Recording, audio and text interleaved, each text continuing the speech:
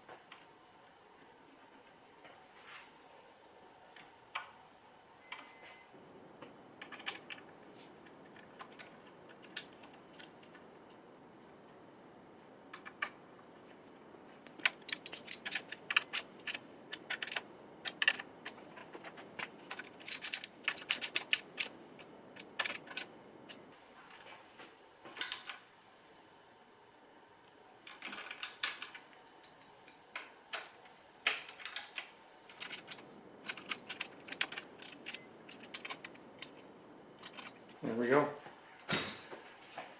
It looks pretty, all nice and shiny. This particular one has a couple of extra holes, previous owner holes. I don't know why they're there, but it's a pretty nice piece. And next is this thing, which is really ugly. So I'm having a hard time getting to where I can actually put it on this bike, but it needs it. I had to go back and look at a previous video of when I disassembled this thing to figure out how to get this ugly steering damper bracket on here and be able to get the triangle back on. So that's all on there now. Now, to get this piece onto the fork, I gotta drop the nose fairing, and I'm hoping I can just loosen this guy and pull it up a little bit and get this bracket back behind here, like this.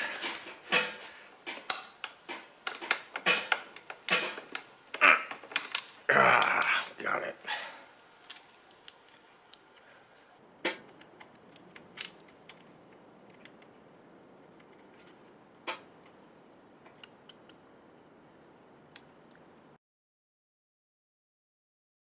Blue Loctite.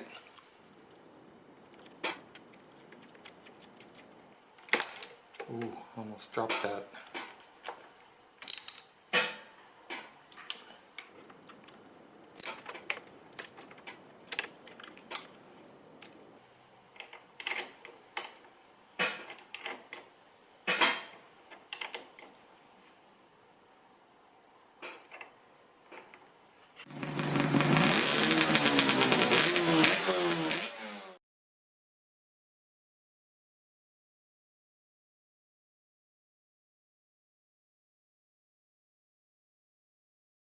I put a piece of bicycle inner tube underneath this bracket here to protect the powder coat.